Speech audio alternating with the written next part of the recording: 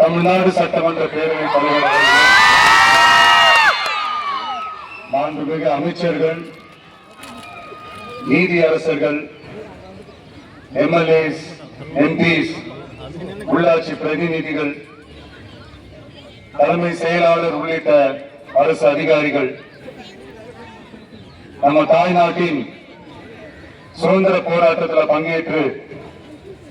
இன்னைக்கும் வாழ்ந்துட்டு இருக்கிற தியாகிகள், தற்போது குடும்ப ஓய்வூதியம் பெற்று வரும் சுதந்திர போராட்ட தியாகிகளின் வாரிசுதாரர்கள், டிஜிபி உள்ளிட்ட அனைத்து காவல்துறை அதிகாரிகள், முப்படைகளை சேர்ந்த அலுவலர்கள், வீரர்கள், சிறப்பு விருந்தினர்கள், இன்னைக்கு இந்த சுதந்திர தினத்துல கோட்டையில கொடியேற்றத பார்க்க வந்திருக்கிற பொதுமக்களுக்கும், இந்த சுதந்திர தினத்தை கொண்டாடிக்கிட்டு இருக்கிற என் நெஞ்சில் குடியிருக்கும்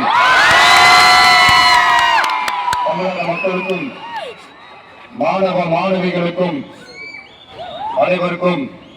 என்னுடைய சுதந்திர தின நல்வாழ்த்துக்கள், என்னுடைய வணக்கத்தையும் தெரிவிச்சுக்கிறேன்.